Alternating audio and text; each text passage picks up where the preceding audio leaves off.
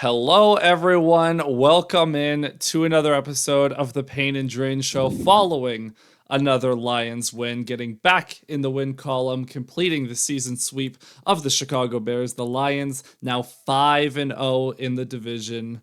And as always, I am joined by my co host, Alex Drain. Alex, how are we doing? Pretty good. We're recording on a Sunday night this week, which is a little bit different than the past. So we do not know the outcome of Buccaneers Cowboys. We also don't really care.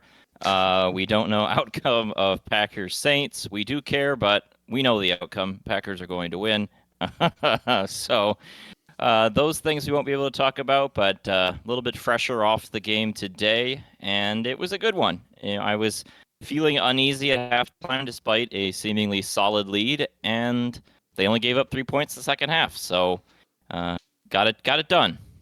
Yeah, with all of the obvious concerns surrounding the Lions' injuries in the past couple of weeks adding up, it was nice to see a pretty good offensive effort overall. And the defense got back to the bend but don't break style. And we're going to break it all down. Of course, before we get further into the show, follow us on Twitter. You can follow the show at Payne and Drain. You can find me at ZachPayne41, Alex at Alex_Drain.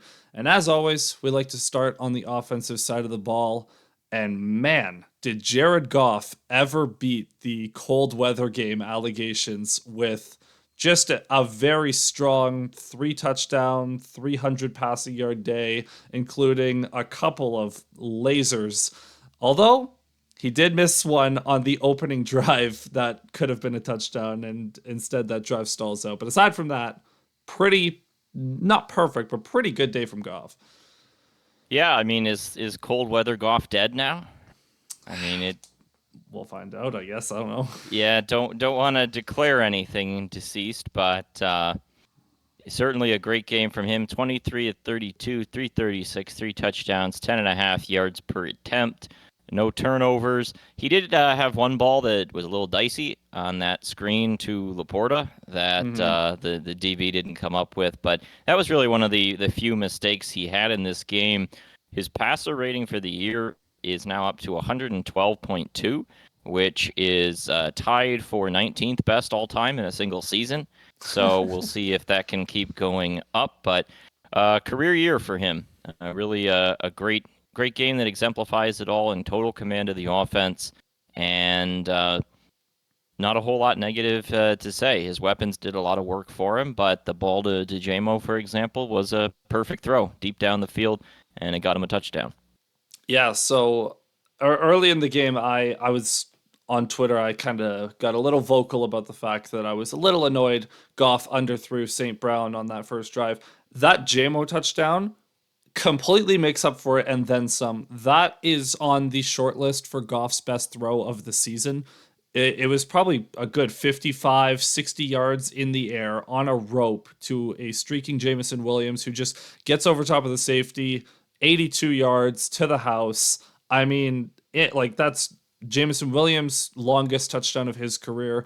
That he has a career high in receiving yards in this game as a result of that play, as well as a couple other catches.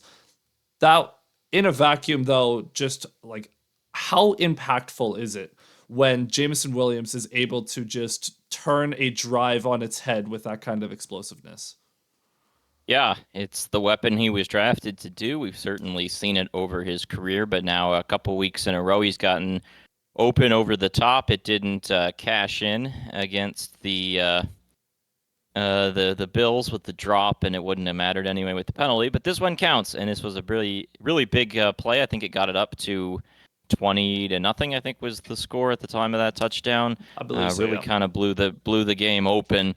So great play from him. I thought it was a good game from JMO overall. He had some tough catches. There was the one incident at the start of the game with a taunting penalty, a callback to the Thanksgiving situation, which I believe that was Stevenson, right? Was the guy that tripped him that led to the...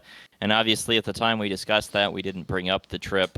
I think Stevenson got a fine in between the week after that. So some stuff going on there. JMO got a talking to from Campbell, rightfully so. It was a bad penalty that put the team back. It they picked up a first down. They got to count the first down anyway, and then you know didn't matter in the long run. He made up for it. So just a great game from him. Now I think he's close to 900 yards on the season. Pretty much what we expected. You know, go back to the start of the year. We talked about JMO breakout year. It's been it. It's been choppy. There's been some ups and some downs, but as a whole, this has been the kind of production we wanted to see from him. Yeah, so Jamison Williams on the season is now up to 47 receptions, 890 yards, and 6 touchdowns. Couple of drops in there. He also has added 63 yards on the ground. And with the last 2 weeks here against the Niners and Vikings coming up, very realistic that you see JMO get to 1,000 yards on the season. And if you came into the season and said JMO was going to have 50 catches, 1,000 yards, and half a dozen touchdowns, that's a pretty good year, hey? Like that is at least in line with most people's expectations, if not exceeding some of the doubters, but and even some of the more optimistic projections for him. So love to see that from JMO. And as always, to compliment him, Amon-Ra St. Brown, very steady in this game. Had a couple of very important catches. There was one on a 3rd and 17 where he takes a check down, gets one block, and turns it into a first down. And he had another nice catch on the sidelines to extend a drive. Just as always, very sure-handed game from St. Brown as a safety blanket. Yeah, that catch on the sideline was a heck of a catch, and the 3rd and 17, one of several really good yak moments in this game from various players on the Lions, but Amon-Ra in particular, as well as the touchdown, which he catches a screen and just kind of goes upfield. Didn't look like he was going to get in the end zone, then he did. So that was a great play from him. Just a really solid day. It was kind of a weird one because I was going through the players before the show, and you're like, okay, JMO, good game, Amon-Ra, good game, and I was like, did Tim Patrick play in this game? Because we had all these notes on the receivers, and there wasn't anything I had on Patrick. But in the end, it really didn't matter because Amon-Ra was so good, and JMO did his job, and they ran the ball well. It's kind of what we talked about at points with Laporta, honestly, in terms of like there's only so many catches to go around. That was the example today. Amon-Ra, by the way, now up over 100 catches. He had his 100th of the season in this game today. He's at 101 for 1126 and 11 touchdowns. Another Pro Bowl season from him. And I think he ties Herman Moore for as the only Lions to have over 100 receptions in 3 different seasons, which very impressive, obviously. So good for Amon-Ra. He is as steady as a receiver as you will find in the NFL. People will talk about how he kind of gets some manufactured touches playing in that slot role, but he does really well with them. So I don't really care about the merit of the work he does because it works. Aside from that, Laporta, he had a couple catches in this game, had a touchdown on a fun play that we will talk about momentarily. But this was also a game where in the backfield, Sonic and Knuckles is just Sonic now. Jahmyr Gibbs had to take on the workhorse role, and wow, they did not shy away from giving him a ton of work in this game, and he was mostly productive with it. He wasn't by his most efficient day, started out really good, trailed off a bit in the second half, but considering the the volume he was getting in this game, pretty good overall. Yeah, this was the Gibbs game for the non-ball knower fantasy football people. If we recall the the past debates of last season about the Montgomery versus Gibbs usage, hey, this is the game that they wanted to see. Give him all the touches. Montgomery out of the picture. He had a lot of yards on the ground, plus another 40 or change through the air, so 154 all-purpose yards. I thought he was really good. Thought he was pretty normal. I mean, he didn't break one off for 50 or 60, but really strong performance from him as well. And overall, when you get your weapons going and you have Amon-Ra with a nice day, you have JMO with the deep ball, you have Laporta, you hit to a touchdown, you get Gibbs 150 all-purpose yards, you're going to win the game most of the time. And that's all that we want to see. You didn't need to lean on the complementary guys. Starters did their job, and they delivered in this game. Yeah, and worth noting, the Lions, we were curious how they were going to spell Gibbs when he had to come out of the game. and if it was going to just be Craig Reynolds that came in, it was a bunch of guys. It was Craig Reynolds, it was Sione Vaki, got some receiving work. Jamar Jefferson ended up getting a couple carries and a catch in this game. So it's nice that the Lions are willing to use all of the backs that they have at their disposal. Like, obviously, Gibbs is going to be the one that stays on the field for the majority of the time, but in the event that he needs to come off the field, you have three other guys that the Lions are comfortable giving the ball to, which is always nice. Yeah, Now, the the Jamar Jefferson thing I want to point out. First of all, last week I confused Jamar Jefferson with Justin Jefferson. The unfortunate, I don't know, combination of the names Jamar Chase and Justin Jefferson put together being very similar to an actual person. I had kind of forgotten about him last week when I made that mistake. I was like, who is Jamar Jefferson? Oh, right, he was the Oregon State guy. Well, anyway, we see him again this week. Second of all, man, he looks really similar to Gibbs yeah, because when his first touch happened, which was like a screen pass, I was like, man, they're really feeding Gibbs. And then other people were like, that's not Gibbs, that's Jamar yeah, Jefferson. And the combination of the dreads and then the 28 versus 26, yeah, which looked extremely similar on the back of the jersey, he blends in there. But it was nice to see him, and we saw a little Vaki, saw a little Craig Reynolds, but it's going to be Gibbs. They're going to ride him yeah. hard down the stretch, which may not end up being that long. Potentially, if they were to lock up a number one seed next week, and then Montgomery trying to come back for the divisional round, like it may not be that many games, but as many as there are, it will be Gibbs for the most part. So, I'll quickly touch on that note with Montgomery because, yeah, the goal we originally heard torn MCL, and now it's all of a sudden he's going to return for the divisional. All If he is healthy, I'm all for it. I really hope he does not mess up something for the rest of his career just to force himself to play in these playoffs because that has potential serious consequences for the rest of his career if something doesn't go. Maybe the doctor, his third opinion was correct, but I don't know. A lot of concern with that one. There's some worry there, definitely, but players are pretty crazy. I mean, they will play through anything. They will do anything to play. I remember Michigan fans recall Blake Corum in the 2022 season tried to play the Ohio State game, had one carry on a torn ACL that then got surgery the next week. I mean, they will push themselves to do anything, and that's definitely the concern is you don't want to incur longer term damage, but we'll see. We'll see. Yeah. Now, I guess the only real, I don't even know if it's a concern, but with Gibbs being the only, like the starting running back now, he's going to get the lion's share of the reps. The goal line offense is the only, Yeah. like short yardage is the only area where you are going to see a drop off. You saw a goal line situation in this game where Lions get down, first and goal, stuffed. Second and goal, looked like he was going to get in very easily. Brock Wright misses a block, and Kevin Byard, great tackle. Montgomery gets in there for sure, though. Third time's the charm. Gibbs is barely able to get in that time, but that is the one area where you will see a drop off going from Montgomery and he's a little bit shorter and stockier, a little bit more muscle, but I don't know. It's the age old question: do you want power or elusiveness on the goal line?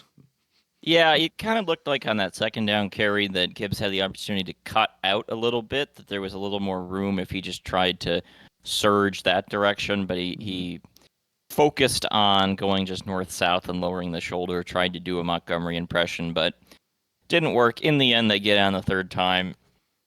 I think you probably just want at least one pass attempt there, but they were dead set on jackhammering it into the end zone, and eventually they did get there, but definitely something to note, I think, in this game.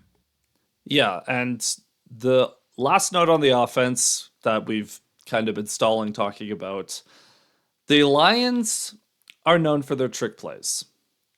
Ben Johnson has said the well is deep when asked if he was worried about unleashing too many of these.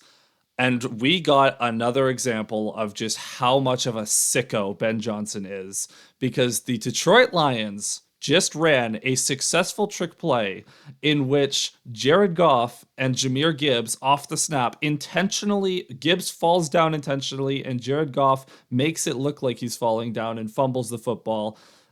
just to psych out the defense, turns around, throws a dart to Laporta in the corner of the end zone. A play that they called Stumble Bum. Absolutely hilarious. I liked the Stumblerooski name that was circulating in Pride of Detroit's mentions on Twitter, but I don't know. Stumblebomb's okay, but I thought Stumblerooski was better. Anyway, I hadn't seen that one before. I've seen a lot of trick plays. I don't recall seeing that one. A really fun idea for a play, and it totally worked. The defender that is supposed to be getting Laporta on that kind of wheel down the sideline freezes and looks at like, oh, do I have to go and see what's going on in the backfield? And it gives Laporta the separation. Goff makes the throw. Not as easy as it might look. I mean, honestly, right? You have to kind of fake your loss of balance and then still keep composure to throw down the field. So really well executed. It was one of those that faked all of us out for the most part, because the first time watching it, you're like, wow, he almost fell over. And then you watch it, you're like, wait a second. Gibbs kind of felt it. That must be a trick play. And I don't know if we'll see them run it again, but at the very least, we got one beautiful play out of it. And the utter disrespect for the Bears continues. Yeah, so after the game, we got some more insight into that play. Apparently, Ben Johnson came up with the idea after he saw Jordan Love have a play where he kind of fumbled off the snap, but still turned it into a big passing play. And he goes to Jared Goff at the start of the week and says, "Hey, do you think you can drop the ball in a way that it'll come back to you, like purposely fumble and have pick it back up?" Which if that had happened, that would have been really playing with fire. Goff understandably said, I don't know, that might be a little bit too much. And they revert to just stumbling off the snap, making it look like he might fall down. But they also have Goff and Gibbs yell fumble off the snap. And they yell fumble, fumble, fumble, which also gets the Bears defense to be like, fumble, fumble. And as you said, gets them kind of distracted looking in the backfield, and it allows Laporta to leak out and get wide open for a touchdown. So just incredibly creative by Ben Johnson, who continues to prove that the well is indeed very deep. And I cannot wait to see what other kind of shenanigans he unleashes in the final few games of the regular season and the playoffs beyond that. Like if the Lions get to the Super Bowl, you know that Ben Johnson is unleashing Oh, some yeah. absolutely just disgusting trick play variations. Yeah, I mean, trick plays are not just fun, but they can really work. And defenses, they've gotten to the point that they've kind of figured out flea flickers. Like they still work occasionally in the NFL, but not like they do in college, because defenses are more attuned to those. But as we've seen with the hook and ladders, like that's really hard to defend. The Tecmo Bowl play usually works.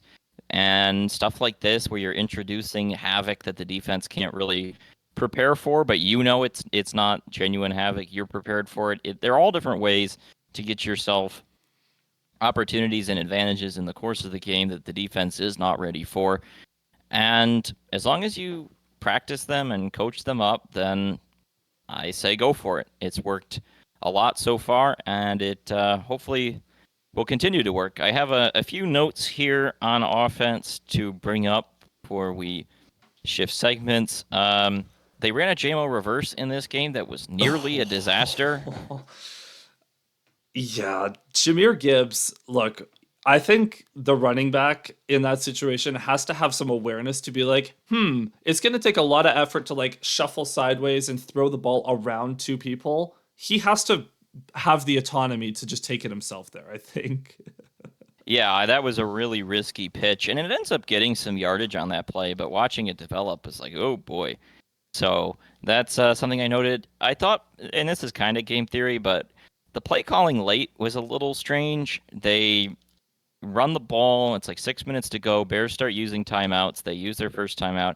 Then the Lions threw it twice in a row and just punted it back to the Bears. I didn't love that. I can see throwing it once there, but 17-point lead. Yes, you're very likely to win, but let's just get this game to the finish line. Like, we don't need to risk interceptions and stop the clock. Like, just run the ball. It's a lot. You have a big lead, not a ton of time to go. Let's just run the clock out. So I thought that was kind of weird. And then the final note I had is pass protection was pretty good. in this game, I thought. Like, Goff takes one sack that was kind of held onto it a little long, some pass brush getting home, but overall, this was a pretty good performance in terms of getting him protection, a big bounce back after last week. And I know that the Bears' pass defense and pass rush in general have declined quite a bit over the course of the season and haven't been as good as they were last year. And part of that's probably just motivation. Pan the sideline, you see the Bears players on the sideline packing a suitcase, getting ready for the offseason. They're not focused on this game, but overall, they still have some talented players on that defensive front, and I thought it was one of their better pass protection games of the year. Yeah, if anyone out there was listening to the broadcast, the I think it was Fox crew was just raving about Frank Ragnow in this game, which is funny because last week we talked about how Ragnow had one of his worst games of the season. This game, much better, but I also want to shout out rookie guard Christian Mahogany, who had to fill in for Graham Glasgow in this game. I believe he was a sixth round pick this past draft, and we've had touted him at Lions, writers and reporters had touted him as a steal in the draft and that he should have gone much higher. And you can kind of see why in this game. He looks like an NFL caliber guard, and you have that as a rookie sixth round pick.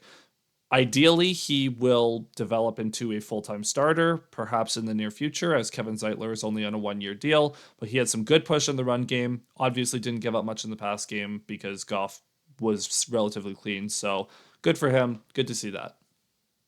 Yeah, I mean, I didn't have a ton of notes. I haven't gotten the chance to go over the tape, but watching the game, didn't really notice Mahogany live, and obviously it's not a position exactly like corner where you don't want to notice them, but it's sometimes better not to notice them than to really notice them. And there wasn't any snaps where I was like, wow, Mahogany's really getting whipped in this game. And we've had those games this year with Glasgow and Ragnow and at times Decker. So for a first game, I'm fine with that.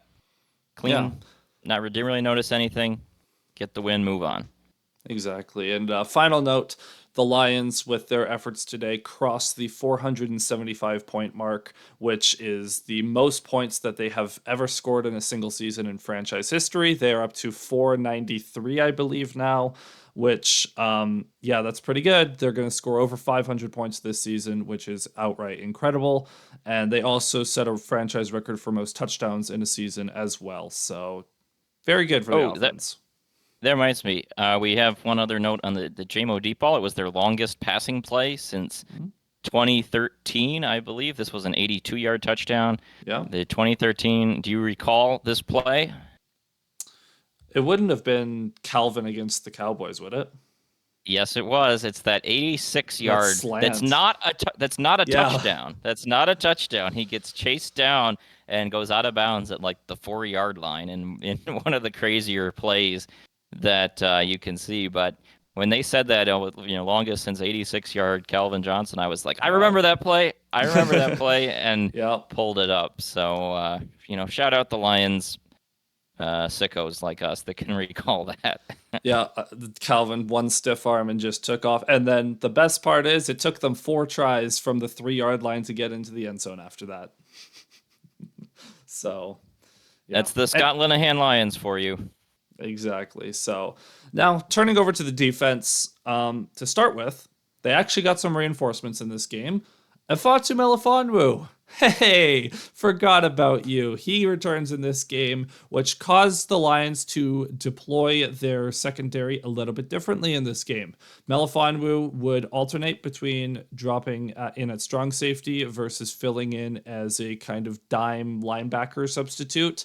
Brian Branch, in turn, as we postulated last week, drops down, plays more nickel, and having the three safeties on the field kind of led to some success, and it also led to a lot more safety blitzes in this game. Melifonwu does get a sack. Branch had multiple blitzing snaps in this game, which is a rarity for him. The most blitzes he's ever had in a single game before today was 3. I counted at least 5 or 6 that he was in on. So just first focusing on the deployment. What does having Melifonwu back in the lineup allow Aaron Glenn to do with his DBs? Well, it gives them flexibility to move guys around. That's something we talked about last week. Would they move Branch to nickel? They did that a decent bit in this game, playing Melifonwu at safety, so it gives you versatility and allows you to cover better. They move Robertson to outside corner for a lot of this game, and honestly, thought he did fine. There was one play in particular that stood out, which is going to happen with a undersized player like Robertson. It's on a, I think was it a 4th and 1? I Yeah, they think, took a yeah, deep shot. yeah, they threw a deep sort of fade down the sideline on 4th and 1, and he just gets posterized by was it Odunze, right? I Yeah, think it was yeah. him, 6'3", something like that, against like 5'9", 5'10". So that's going to happen. But otherwise, I thought Robertson's coverage was good from that standpoint. Allows you to keep Vildor off the field, which is good, and it also gives you another blitzer in your repertoire. We saw Melifonwu blitz on the first snap of the game. That helped lead to a or was that the first time? I think it was that 3rd down. Something. It was the first drive. I know. I don't Yeah. remember if it was first snap. Either way, first drive. It gets them off the field in the end. They get a 3-and-out on that first defensive series, which is what you want to see. So it gives you some ability to move guys around, to get a little more pass rush, give you different looks. Last year, we remember when Melifonwu was really at his height, they were throwing all kinds of blitzes at teams, guys coming from all over, and we haven't seen that as much this year. So perhaps opens the playbook up a little bit more. Yeah, and obviously getting a good defensive start, much like Thanksgiving, was going to be key in this game, as Caleb Williams, when he's hot, has the capacity to, kind of throw some lasers in the secondary, and he did at various points in this game, but it obviously wasn't as consistent. But the big key early on was takeaways. The Lions, while they have been among the league leaders in getting interceptions this season, hadn't quite had the fumble luck recently. That quickly changed as Odunze had multiple fumbles in the first quarter that the Lions recover. Both of them pretty inexcusable. The first one on a what I so this is weird because Odunze comes on a jet sweep and he thought it was a fake. Caleb thought he was handing it off and going to fake to DeAndre Swift after. And as a result, Odunze doesn't squeeze the ball and it drops on the ground. Josh Pascal recovers. And then a little bit later, he gets the ball and just refuses to go down, which is great in theory until it gets punched out and the Lions once again recover, and that quickly put the Bears in a big hole. Just very consequential plays early on. Yeah, those were exactly what the doctor ordered. We talked about in recent weeks that turnovers haven't been what they were early in the season. We're still searching for that elusive interception, but hey, save it for the playoffs. They get some fumble luck in this game, which they haven't gotten a ton of this year. I know like the Packers have been towards the top of the league in fumble recoveries this season. Lions haven't gotten that as much, but they get 2 handed to them here that are pretty egregious, and they take advantage. It allows them to build up that early lead in this game. And I love that graphic that Fox ran about the Bears offense in the first half with the sleeping bear that wakes up in the second half. That was very humorous, but it's been an issue for Chicago first half offense this season. And the Lions didn't quite get to halftime with it, but they got 20 minutes, 25 minutes of kind of silencing the opposition. And in the end, that still really matters because it gave them time to build up that lead. And it really just asserts the tone of the game. This isn't a back and forth game. This isn't a game where both teams are on even footing. This is a game where the Bears are in catch up mode, where they have to take more risks, play more aggressively, go for it on 4th down more, which to their credit, they actually did pretty well. They converted some 3rd and longs. They converted 2 or 3 4th downs before they finally didn't pick one up. So it just changes the shape and feel of the game, and I did think it benefited the Lions. So really good start, which is exactly what they needed. Unfortunately, did give way to a not great sequence in the late second quarter, which probably merits some discussion. But again, setting the tone is good. Yeah, and touching on just the end of the second quarter, really the whole game. Keenan Allen, who you fired off a tweet about, is quickly becoming a Lions killer between Thanksgiving today and his work last year when he was still a member of the Chargers.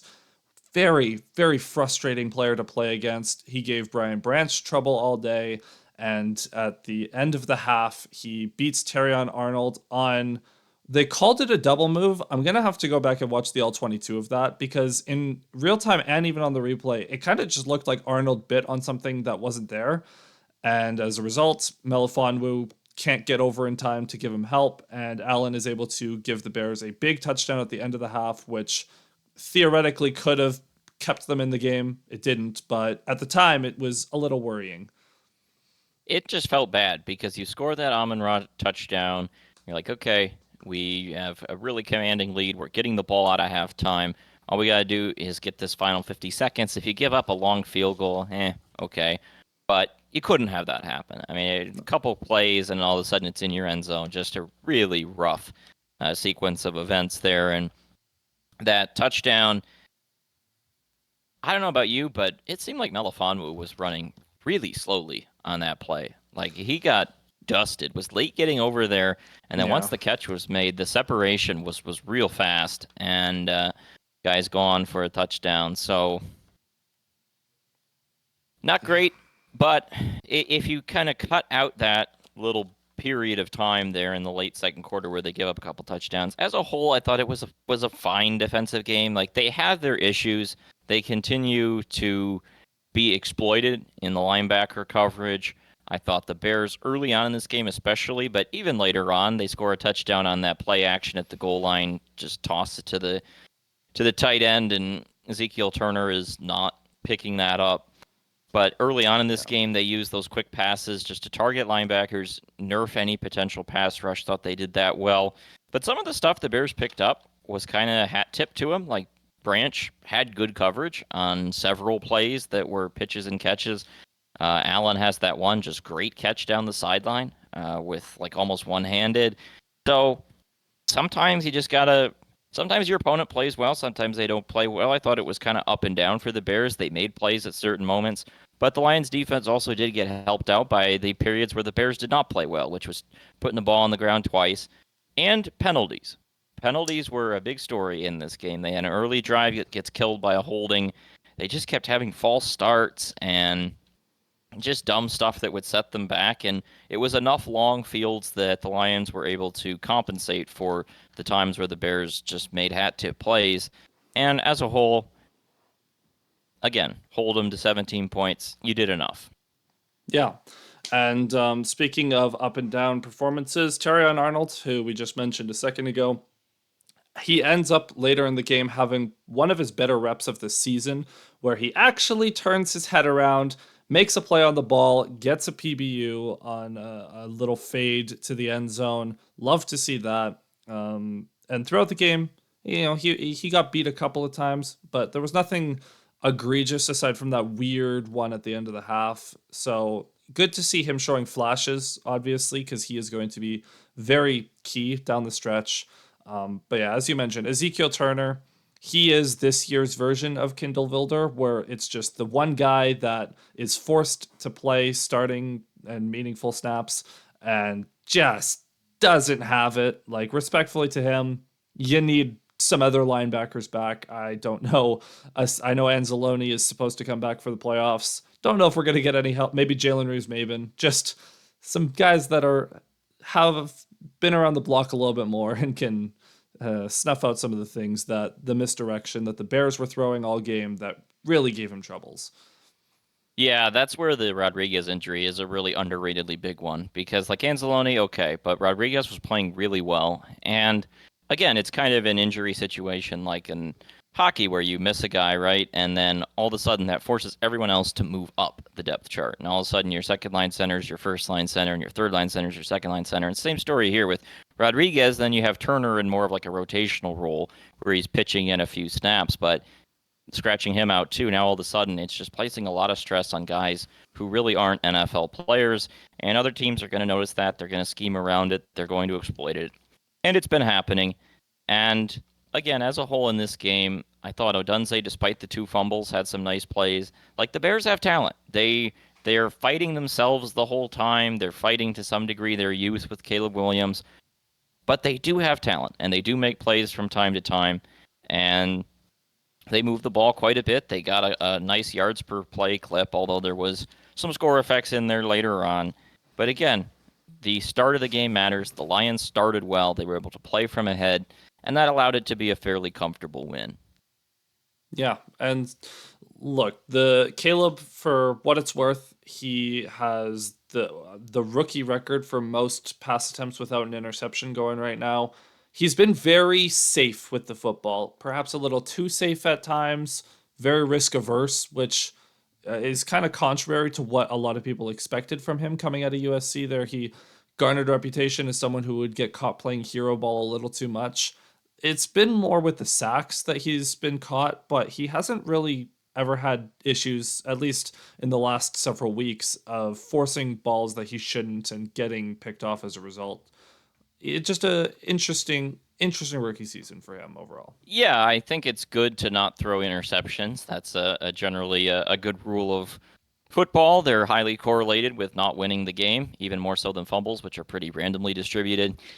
All that said, I do think there is the case where it can become a bit of a crutch. Like I remember those last years in Green Bay before they drafted Jordan Love. If you remember, like 17, 18, 19, there was a lot of debate about Rodgers because he was having those seasons where it was like 25 touchdowns and 2 interceptions, and people were like, is the interception avoidance hindering his game that he's just so averse to throwing them that he's not taking the sort of risks you need to win? In Green Bay in that period was not winning as they had previously. And I do think there's some truth to that. Like, I think to be a best of the best quarterback, in general, you do need to throw some interceptions because that means you're pushing the ball vertically down the field and taking the risks that are needed to win games. So when they said in the broadcast that Caleb Williams said, my focus is no interceptions, no interceptions, no interceptions, that's a little worrying. But as a whole, it is good that he's not staring down linebackers, stuff like that. And I think through our 2 viewings, there is stuff to work with there. Yeah, There is a absolutely. toolkit. It needs to be refined. I don't know what the ceiling is, but I think he can definitely be a fine NFL quarterback. And we've seen enough there. And it's really up to who the next head coach is, who the next OC is. That really is gonna swing the franchise because you look at Bryce Young, who was in a worse spot than Caleb Williams a year ago. They seem to have made a good head coaching hire, a head coach who had done some QB reclamations his prior 2 spots, and now is kind of doing another one there. So all the onus on the Bears is who they hire in the next few weeks. Yeah, and obviously that coaching search we will talk about as it happens because it does matter a lot to the Lions, especially if it involves someone on the Lions coaching staff currently. So we'll just have to monitor that. But yeah, I mean, going back to the Rodgers note, you can see the difference when they go from someone who's risk averse, like Rodgers was in those last few years, to the agent of chaos, Jordan Love, who for all his flaws, he pushes the ball downfield, and the Packers are a very good team as a result because he can make these explosive plays that very few QBs in the NFL can right now. Um, Aside from that, do you have any other defensive notes? Defensive notes, not really. There is some games theory stuff to talk about, but defense as a whole, they did enough. Yeah. Take what we can get with extremely ravaged unit. Yeah, I guess the only other note would be the pass rush, little underwhelming in this game, especially considering the Bears suffered multiple offensive line injuries in this game on the left side. So a little disappointing there. Zadarius Smith did pick up a flag for a hit on Williams.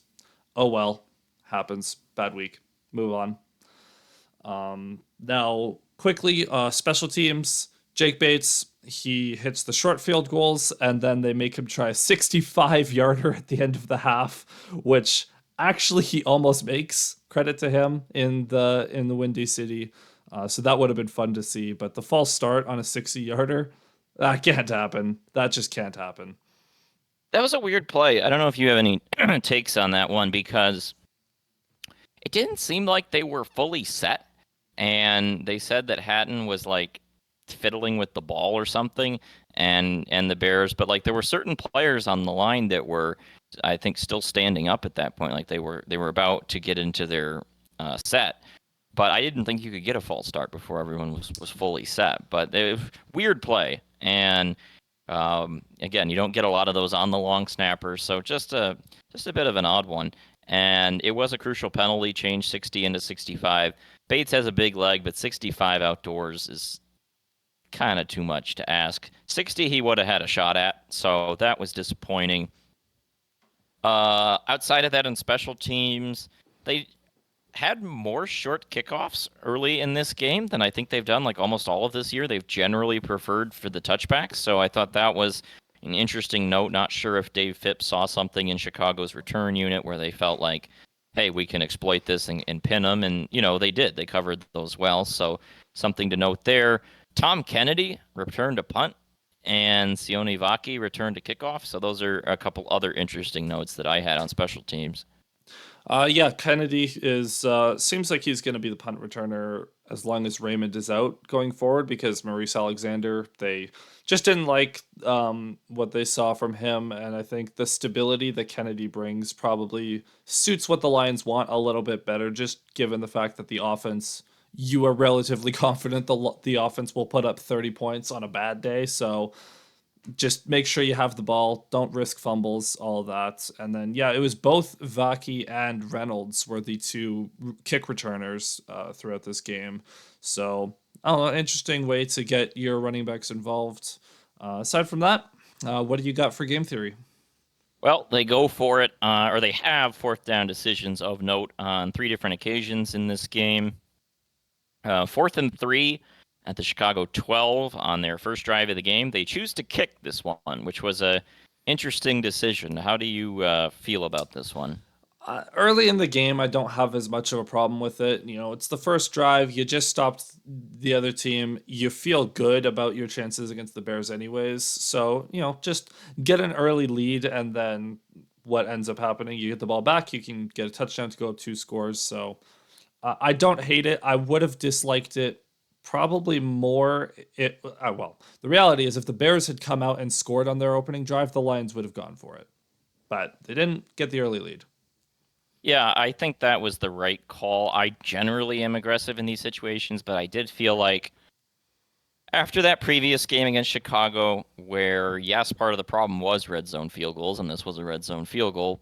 Also, problem just in general was leaving points on the field, and you had the Gibbs fumble in that game, and it just kind of felt like to me, I'd rather take the points. So I was okay with that one. They have a 4th and 1 at the Chicago 25 late in the second quarter. They don't end up going for it or kicking because they hard count the Bears into a first down, which was masterful work because it was ticking down to the 2-minute warning, and it was obvious they were not going to snap it in that situation, but Goff got them anyway. Classic Bears moment, but I think they would have gone for it, and I think Yeah. I would have gone for it. Where do you stand on this one?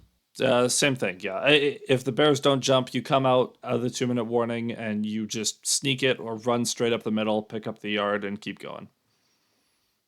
Yeah, and then 4th and 3 at the Chicago 13 early in the fourth quarter. They end up going there. They were on 3rd and 3. They get an incompletion. 4th and 3, they go for it, get another incompletion, turn it over on downs. I think I'm okay with that one. I went back and forth because kicking the field goal does force the Bears to get 3 touchdowns versus 2, but it's still a 3-score game. Could go either way. I was fine with it overall. You moved the ball so well all day. Yeah. I mean, look, the difference between a 20-point lead and a 17-point lead is marginal, right? But if you get that a touchdown on that drive, you go up by 24, you force them to Yeah. go for touchdowns and 2-point conversions every time, makes the Bears margin for error less than zero at that point. You don't get it, you're still up 3 scores, and you end up forcing the Bears to go the length of the field just to get nothing anyways. So it works out, and it was the right decision. Yep. And beyond that, my other game theory note is from the Bears side of this. Why did the Bears kick a field goal down 20? Yeah. So and not even just that. That was after they go for it on 4th and 1. They chuck it deep on 4th and 1 to Odunze. And then on 4th and 6 inside the red zone, you don't go? Really Why? weird. Really, really weird. Well, so then not just did they kick there, but then later in the game, when the game is basically over, but just for all intents and purposes, they don't kick down 17, 34-17 when they needed 3 scores and they need a field goal at some point. I felt like you just take the field goal, chop it down to 2 scores, try to get the onside kick. They don't kick it there. I mean, there really was not consistent logic in any way from Thomas Brown in this game. But he's an interim head coach, so probably not the most trained for it. And wasn't he an interim OC too? Because Yeah. they fired Shane Waldron, so a guy that's probably just in over his head. And again, that's what you take advantage in these kind of matchups. The final note I have on this game: we did not see the blue tent. Oh, thank God. I don't think it came up once in this game. No injuries. No one down that needed to be walked off. No one going into the tent. Just with the doctor order. That's the Christmas present for Lions Nation on this Sunday, December 22nd. Yeah, the only injury I think I saw was Onwuzurike had one instance where he was wincing Yeah. down on the field, was slow to get up. I don't know if he returned after that. But aside from that, good on the injury front. I guess the other game theory note is if you're the Bears and it was fourth and like 17, you're down 17, what's the point of punting there? Like, just go for it. Yeah. Again, confusing decision making in the course of this game, but we'll take it. Very bipolar from them, but the Lions end up taking care of business. They move to 13-2, a new franchise record for wins in a season, which you love to see, and they get some help around the league, but not a lot. We'll start with the good news. The Philadelphia Eagles have finally lost a game, as unfortunately Jalen Hurts leaves this game due to a concussion. Hope he's okay. Hope for a speedy recovery there. You never want to see a player leave a game, especially with a head injury. We saw all the conversation about Tua early in the season. Hate to see concussions. But the Eagles, they still put up 33 points with Kenny Pickett.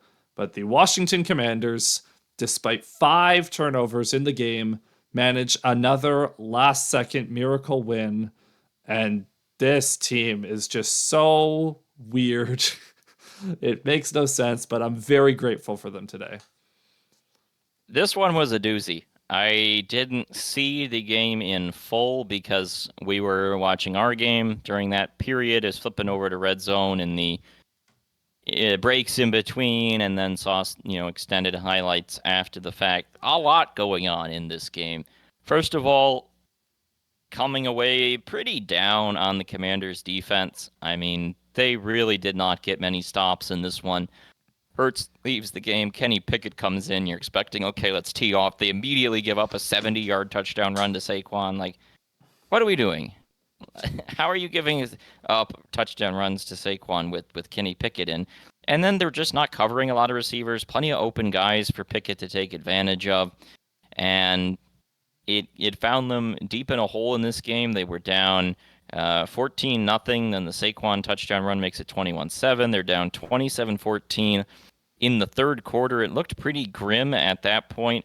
Washington ends up scoring a huge touchdown early in the fourth quarter on a drive that was extended by a 4th and 11 scramble from Jaden Daniels. Huge turning point play in this game. They finally get a stop. They get the ball back. They score a 49-yard touchdown to Zacchaeus on a snap in which the Eagles have 12 men on the field, and it did not help them prevent this one from happening. That gives them the 28-27 lead. But then they let Kenny Pickett convert a 4th and 7 against them at midfield on the next drive. And they end up making Jake Elliott, once they drive a little further, kick a 50-yard field goal. He was 0 of 5, I believe, from 50 on the season. Or maybe he was 0 and 6 at that point because he missed one in earlier in the game. Yeah. But he ends up making it. That puts Philadelphia back ahead 30-28, and we're sitting there thinking, okay, not great, but look, they're going to get Jaden Daniels. They'll drive down, they'll win the game. He throws a rancid interception on the next drive, totally forces it in there on a 3rd and 5, gets tipped up and intercepted by Blankenship. And then the Commanders have one last chance to stop them before Philadelphia could run the clock out. 3rd and 5, wide open, Devontae Smith over the middle. Kenny Pickett hits him, and he drops it. Divine providence for our Detroit Lions and the Washington Commanders. They put Elliott on the field. He makes the field goal. Now it's 33-28. And then They get a really good kick return. That's a subplot of this final drive. It gets returned out to the 38, and then there's an obvious illegal formation penalty on the Eagles. So it puts the ball on the 43, and then Washington kind of just dinks and dunks it down the field. Small, short passes, scrambles by Daniels, including one where he shakes Jalen Carter in the open field. They get down. The clock starts running almost a little much on them. They end up getting in a situation where it's 1st and goal at the 9. They spike it. 10 seconds remaining. They were probably going to have 2 shots at the end zone, maybe 3 if you get a 4-second and then a 5-second play. They only need 1, and he zips it in to Jamison Crowder, who, frankly, I didn't know was still in the NFL. When he caught that ball, I was like, wow, Jamison Crowder's still in the NFL?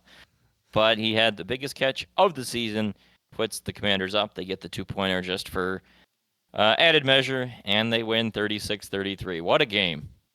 Yeah, and that touchdown, great anticipatory throw by Daniels. Zach Bond is the Eagles are running cover 2. Bond is the linebacker that has to sink into the middle of the field there, and he doesn't. He just never turns around, and he doesn't really run with Crowder. He kind of just is hovering in the area, allows Daniels to lead Crowder into open space at the back of the end zone. Great throw, great catch. Thank God. Could you imagine if he didn't get the feet down or something? It would have been hilarious. But the Commanders, masters of the last second finish this season. So credit to them. All at their home stadium. FedEx Yeah. Field this year. I think it's still called FedEx Field. Did they change it? I don't know. Man. If they did, it will always be FedEx Field to me. Anyway, my rule is you get one corporate name. That's it. One corporate name. You have to stick with it for the life of the stadium. Even if you change it, I'll only remember one. So it's FedEx Field. That stadium has seen a Hail Mary that was improbably converted, a insane game against the Cowboys with a million things happening in the final 2-3 minutes, and now this one.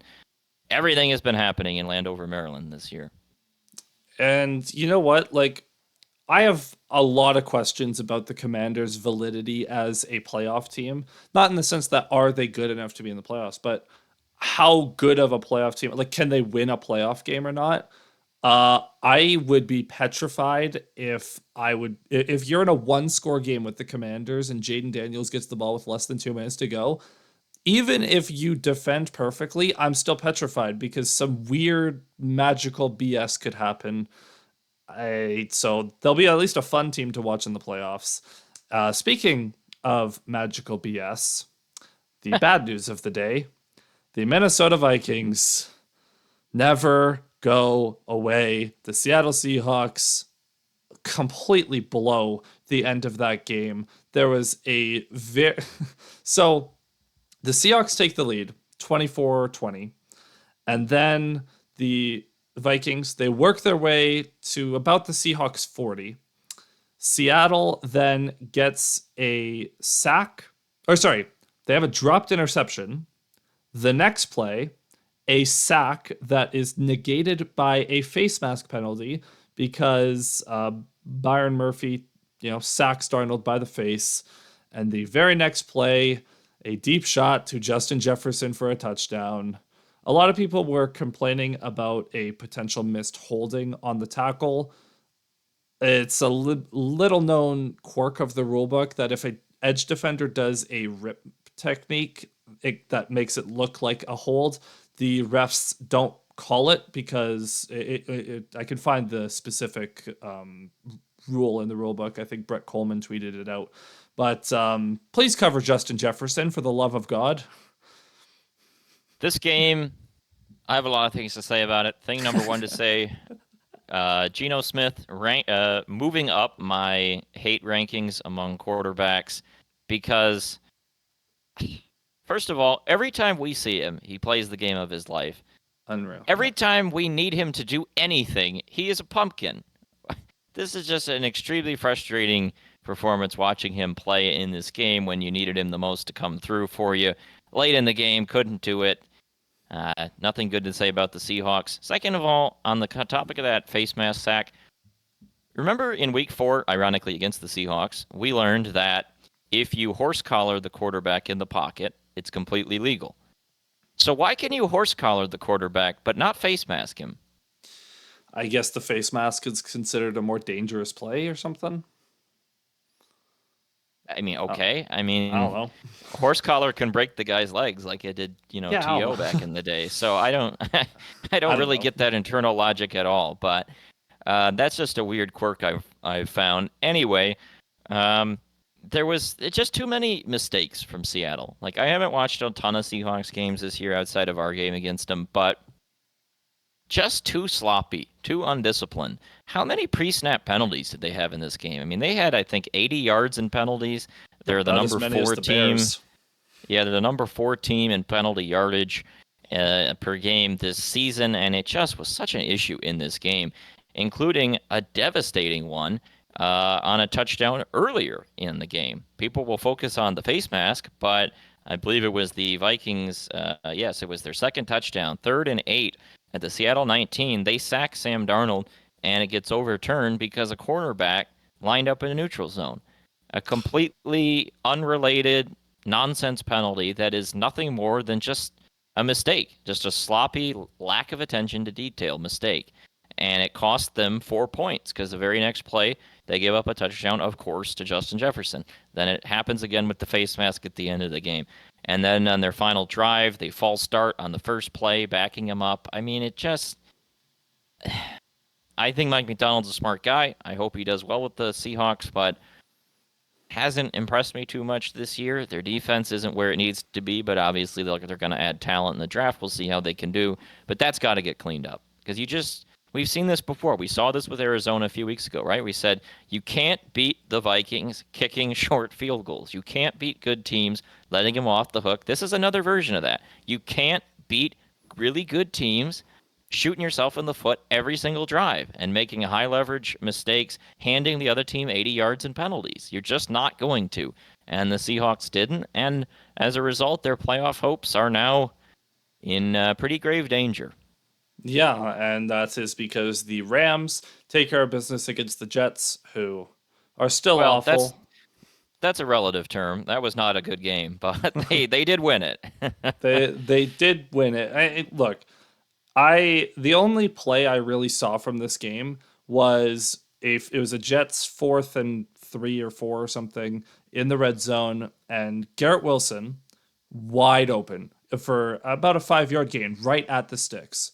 Does Aaron Rodgers throw to him? No, because he has to throw a fade to a very contested Devontae Adams that gets predictably batted down, and that is what happens when Aaron Rodgers' arrogance takes over a game. He has gotten a little too comfy with Devontae Adams being there, and he's not throwing the ball to his actual best receiver.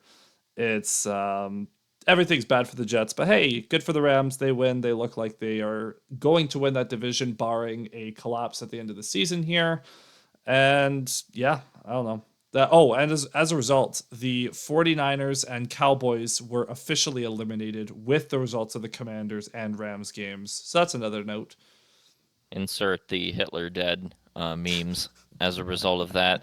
The Rams were 1-4 early in the season. They have now won 8 of their last 10 games to get into playoff position. I think the Sunday Night Football graphic said they're up to 78% playoff odds because they own tiebreakers related to, I think, strength of victory over the Seahawks, who they now have a 1-game lead over in the division. Obviously, they could still blow it, but I'm feeling pretty good about them. They have the final 2 games at home against Arizona, who are pretty much dead at this point after losing to Yeah. Carolina today. So if they can, do their job at home against Cardinals, Seahawks, they can win that division, and they, as we talked about last week, definitely will be a dangerous playoff team. And as for the Vikings, I will say this: we didn't get all the help we wanted this week, but if you had to pick a team to get help for, it's absolutely the Eagles, because the Yeah. Eagles are not losing those last 2 games. This was really their last chance to drop one.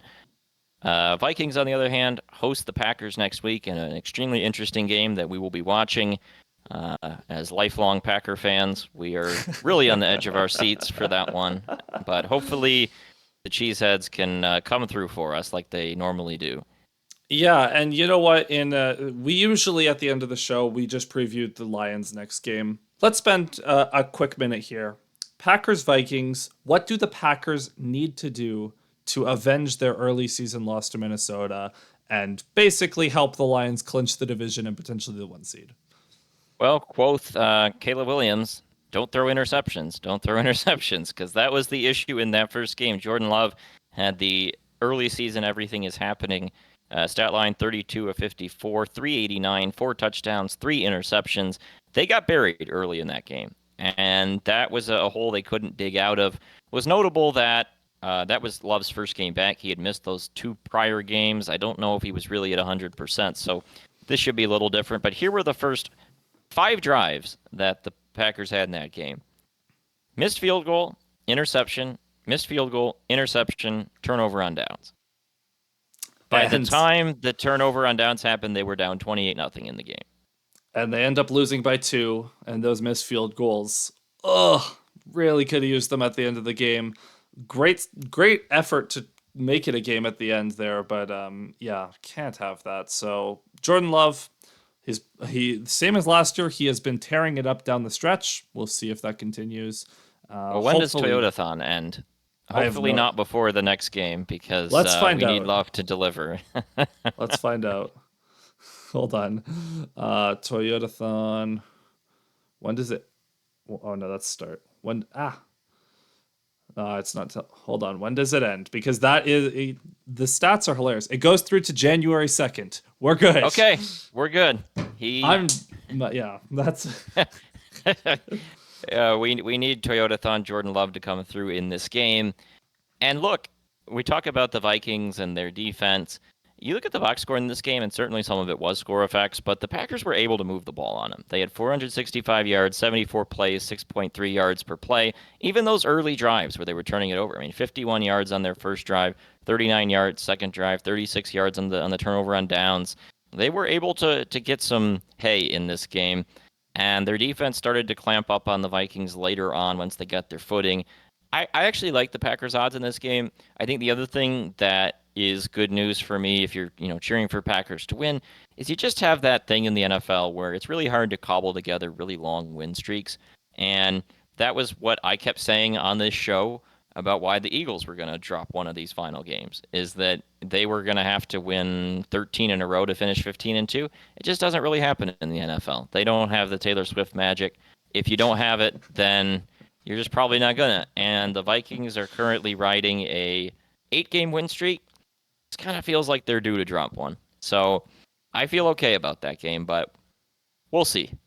Yeah, the Vikings' only losses on the season come to the Lions in Minnesota in that thrilling finish, and then the Rams 4 days later on Thursday Night Football, which, I mean, the short week probably helped the Rams' case there, given the Lions hangover was a thing at the start of the season, and hopefully the Packers can pull it through. As for our Detroit Lions, they will be taking on the San Francisco 49ers on Monday Night Football, so have an extra day of rest to hopefully, fingers crossed, lock up the number 1 seed so that the following Sunday, the game against the Vikings won't matter, because, man, could you imagine a scenario? It's going to get flexed to Sunday Night Football if this happens, but if the Lions and Vikings walk into that game, both of them have 14 wins and division and number 1 seed are on the line. Oh my Lord, dude.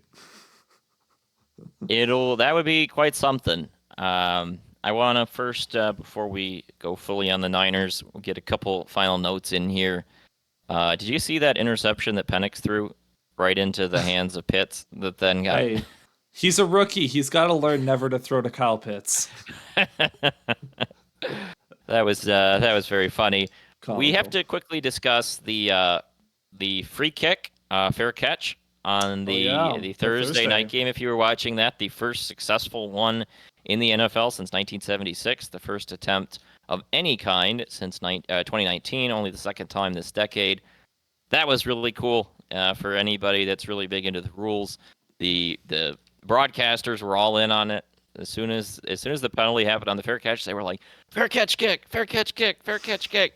And he nailed it. So very fitting that Jim Harbaugh, the guy whose team does it. Nice comeback for the Chargers. Big win for them over the Broncos.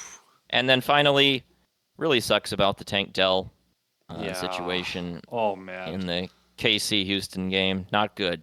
Yeah, so for anyone that missed this play, Tank Dell catches about a 35-yard touchdown, I believe, in the back of the end zone. And as he's coming down with it, his teammate lands on his leg, and Dell dislocates his kneecap, which is going to have all sorts of ramifications for the ligaments in his knee. That is a serious, serious injury. So that really sucks for the Texans. Their already depleted wide receiver room is now just Nico Collins and his band of merry men. Really hope Tank Dell has a good recovery and can get back to 100% at some point. Going back to the Broncos, suddenly this week 17 Broncos Bengals game could decide a playoff spot as the Bengals are still not dead just yet. That'll be a fun one. Yeah, Broncos are 9-6, Bengals 7-8. Bengals finish with the Steelers that final week, which is potentially winnable. Broncos finish with Chiefs. Door is door is ajar. That is a very interesting game, and the Dolphins are 7-8 as well. I don't know what their tiebreaker math is, and they finish with Browns and Jets. So definitely some interesting calculation going on. Big win for the Chargers to get to 9-6. They finish with Pats and Raiders, so if they take care of business, they should be okay. But we thought the AFC was kind of sewn up. Now maybe not as much, but should be some fun scoreboard watching or actual watching, depending on if you can get those games on your TV. But you will definitely be able to get this one on the TV. Monday Night Football, Lions and Niners. I don't know about you, but the Monday/Sunday night games during the holiday season, I don't know. They're just like they're day games and night games. There are no days of the week from like December 20th roughly to New Year's Day. So you tell me Monday Night Football, I'm like, I don't know, that could be December 27th, it could be December 29th. There's no days of the week over this period. You get all warped.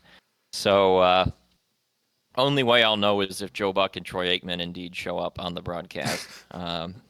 But this is an interesting game. The Niners are a team that we've talked about a lot this season, have had some bad injury luck, much like the Lions. Their season has really gone down the pan, unfortunately for them. They are now 6-9, eliminated from the playoffs, but they still have some good players, and it's not going to be a cakewalk. And the Lions are going to have to come ready for this one, but you know they will because of what happened last year in the playoffs. They're going to want to get some revenge.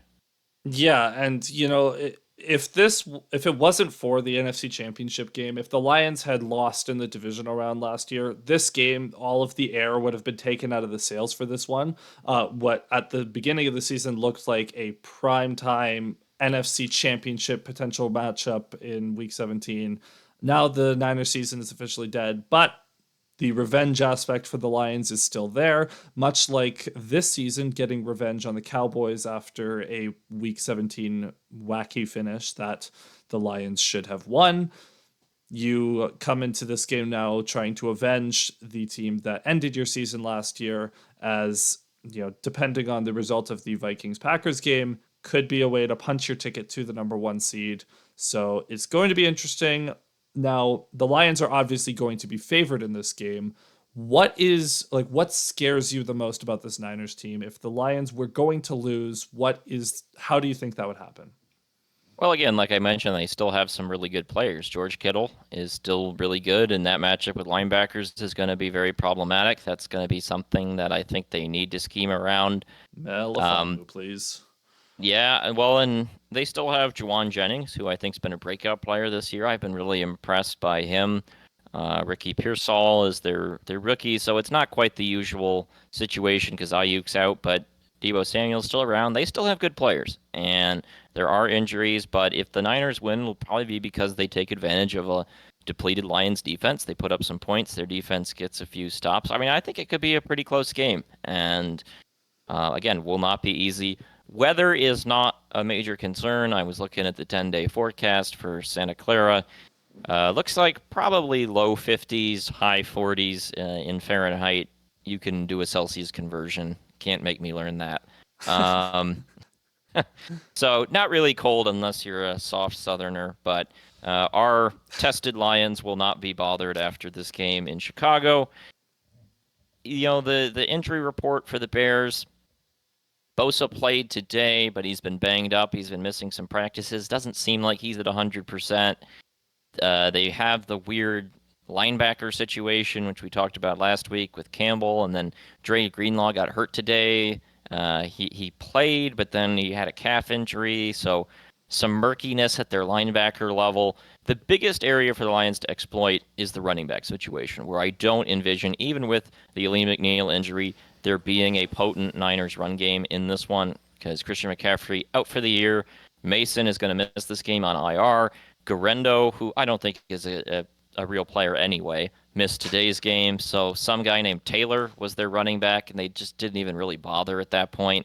We'll see if Garendo can come back, but again, I remember him at Wisconsin. I'm not fooled. So this will be the Niners leaning on the passing game, but it might work because again, they've still got ways to hurt the Lions.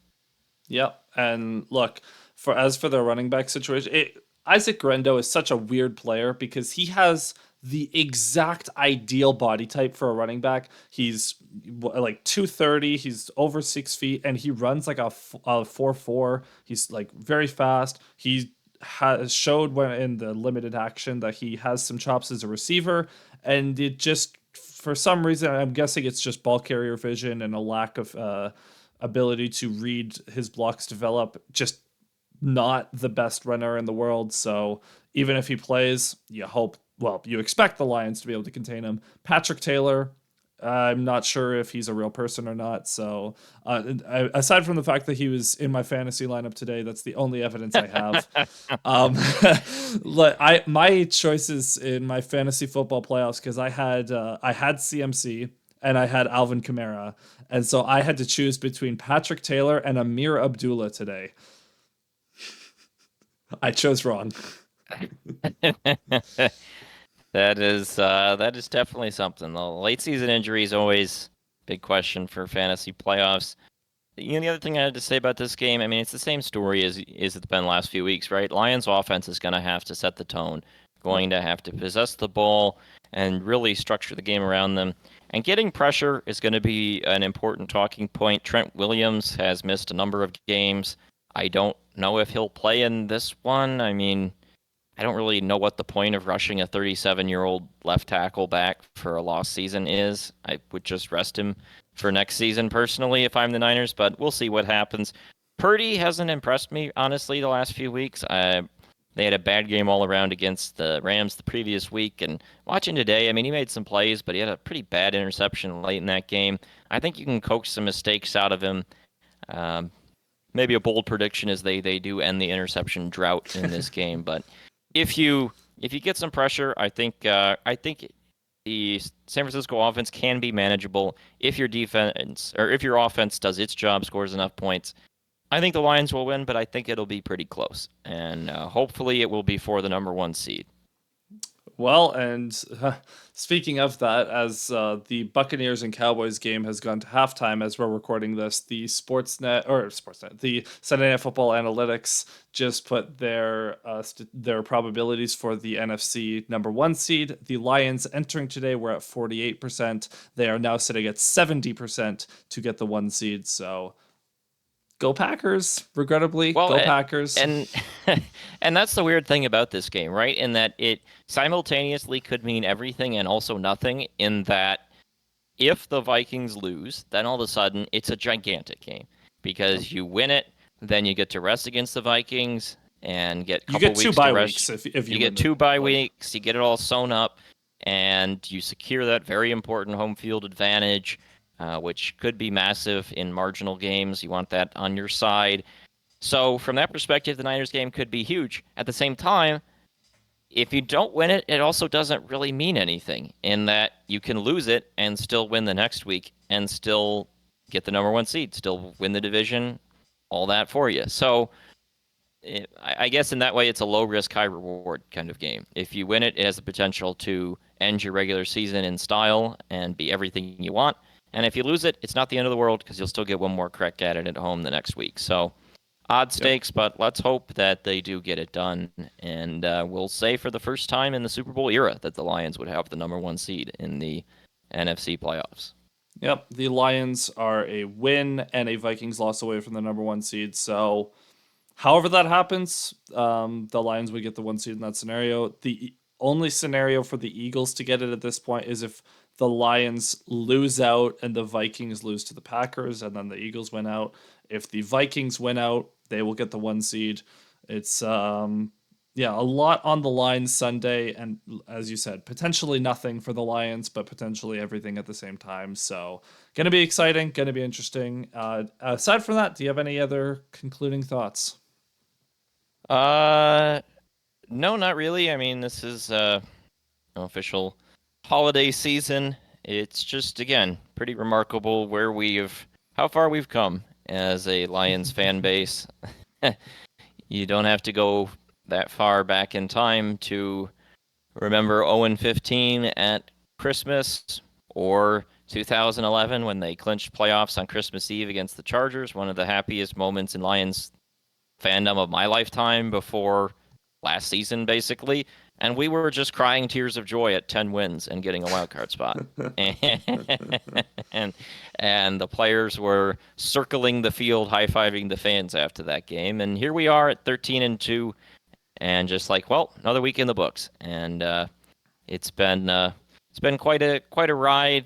I don't know if we'll record again in this year. Probably not. Right? Isn't New Year's Eve is the 31st, so they Yeah. play the 30th. Yeah, we'll see. This might be the last time we talk in 2024, and if that's the case, it was an incredible year for Lions football with 2 playoff wins. Quite a ride, and hopefully everyone listening has enjoyed it as well, and has enjoyed listening to this show over the course of about the 3-4 months we've been doing this now. So see you all in 2025, I guess. Yeah, and look, it's been a great ride. We'll reminisce more on this show specifically at the conclusion of the Lions season, whenever that may be. But aside from that, hope you all can have a nice holiday season. Merry Christmas if you celebrate it. Happy holidays if you don't. Spend some time with your friends and family, and we will see you guys in potentially in 2025 here. So in the meantime, go Lions. Cheers, everyone.